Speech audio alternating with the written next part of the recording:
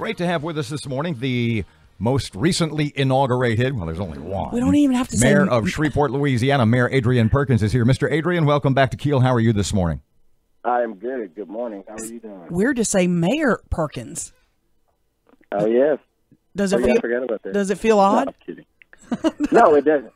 No, it doesn't. Clearly we've been looking at this for a while now, so yeah, it feels pretty good. Explain to me, Christmas Eve, my trash was picked up. New Year's Eve, it wasn't. A lot of people are complaining on Facebook about that. What's going on? Oh, yeah, and we've sent out an update on Facebook, too. The holiday schedule got our crews behind a little bit, but everything today, regular schedules resume. So we'll be working around the clock to make sure we catch back up with everything. What caused the delays? What causes it? Just the holiday schedule. Nothing to do with people walking out before the election, anything like that? No, nothing like that. We are, like I said, whatever we were behind on, we'll catch back up today with the regular schedule. Staffing. I'm actually going to be spending some time down in the with the trash pickuppers, with the trash guys this week, just to go down and check on them and see how everything is going. Staffing. How you doing on finding people you want around you, your team? What's the status? We are still doing that. We're still finding the team that we need. The 3-week transition period was super short. We want to make sure that we evaluate everybody properly. So yeah, we're still making some staffing decisions. McCarty, city attorney, we've had her in studio a couple of times. She's like pretty awesome. Oh yeah, she is. City CAO, what you looking at? How many you got it down to? When can we expect an announcement? Did I miss it? Yeah, you missed it. No. We have an interim CAO right now. We're still interviewing people, still collecting resumes, and we have some pretty impressive resumes that's been submitted as of now. So I would say we're working with a short list right now. But the interim CAO she's been phenomenal. She's offered continuity from the Mayor Tyler administration to make sure all the trains are running on time, and she's a numbers guru. So any questions I've had thus far, she's pretty much been able to answer them on the spot. Your website, you've listed several job openings, several department heads. Some that were not listed leads people to believe you're keeping some department heads. Accurate?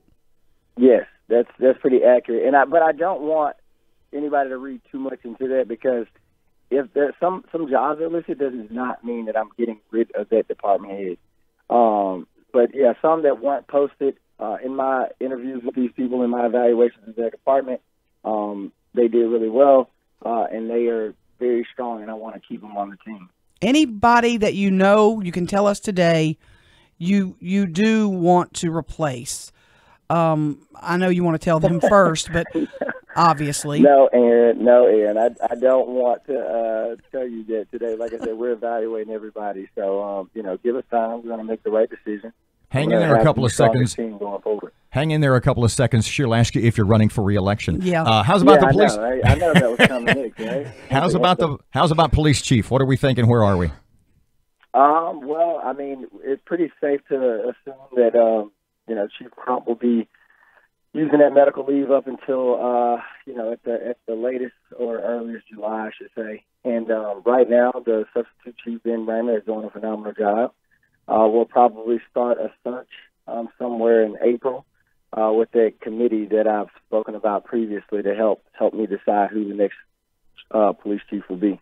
Your inaugural speech, you talked about more police officers during high crime areas. How soon is that going to start, and how are you going to do it? And during the speech, I said it starts now. Over the weekend, we already had officers out during higher crime areas, more officers out during high crime areas, and we're going to continue to do that throughout. What we're doing is just shifting patrol schedules to match the high crime hours more so than it was before. Let's switch gears to the water meter readers. We all know they can't get to all homes in the city the way they're doing it now. What's going to change, and how are you going to pay for that? So the new system that I talked about in my speech is called the smartphone meter reading, SPMR. And essentially what it does is, right now, if there's any issues in the field, a lot of our readers are having to go back and forth from the office to the field to recheck meters. But they actually can get to way more meter readers with this new system, because what they do is they take a picture while they're in the field and send it to the auditors. So if anything is suspicious, the auditors can check it right there on the spot. We didn't have that technology before, but now we do. So we'll be able to be much more efficient while we're in the field to get to way more homes than we have in the past. Does that come with a cost? You said, does it come with a cost? A cost. Oh, yes, yeah. The new system, the system is $25,000, but we'll save that in the long term. And the system was purchased, prior to my arrival anyway. Have you, I know we only have a few minutes with you, but have you found any surprises when you got behind that desk? Are you having fun yet? Anything that you went, oh, dang, I didn't know I had to do this? All the bodies in the closet. No, and we whatever surprises we found. I mean, I will say this: the departments, there's a lot more depth to the departments beyond just the numbers of what you can research online. So actually sitting down with the department heads and with people within the departments and the mayor and the CAO, we have had to learn quite a bit, that you can't see online. But as far as like anything that's surprising, no, this is a big organization. We presumed as much, and we're going to learn these departments in and out, and we're going to make sure we do everything we can to improve them. I know it was something you were really hard to pin down. I know you came in during the campaign a couple or three times and talked to us, and you were always available. But we weren't quite able, at least I wasn't able to pin you down on what to me is the most important problem Shreveport faces, and that's making radical and decisive changes in the Architectural and Engineering Committee. Am I fired yet? You teased me and Erin about that last time. No,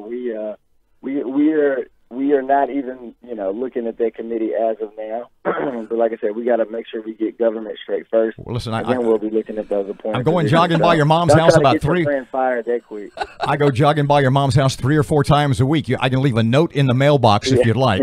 A&E committee, make the changes. Well, Aaron, that just means he wants you to work more. So. Oh, wow. Adrian, let me ask you one more thing that people are thinking about probably while we got you on the phone. Your big thing was you were going to sell this city. Have you got some trips planned on your calendar yet where you're going to go before some big CEOs and try to lure them here? I absolutely do, Erin, and I cannot disclose those details with you. How did I know you were going to say that? I'll give you a little bit of something. We have some local companies, some pretty big local companies that have already reached out to some of the industries that I pointed out in my speech that are doing some soft introductions, and we're sending official correspondence with it before weeks in to these companies to pay some visits. So yeah, we are going to be extremely aggressive with it. We are extremely aggressive with it, and we'll be making our economic development hire here soon as well. And that's probably when we're going to start kicking off the trips, because I can't go out every time. I'll just go out, when we have the really big fish to go and catch.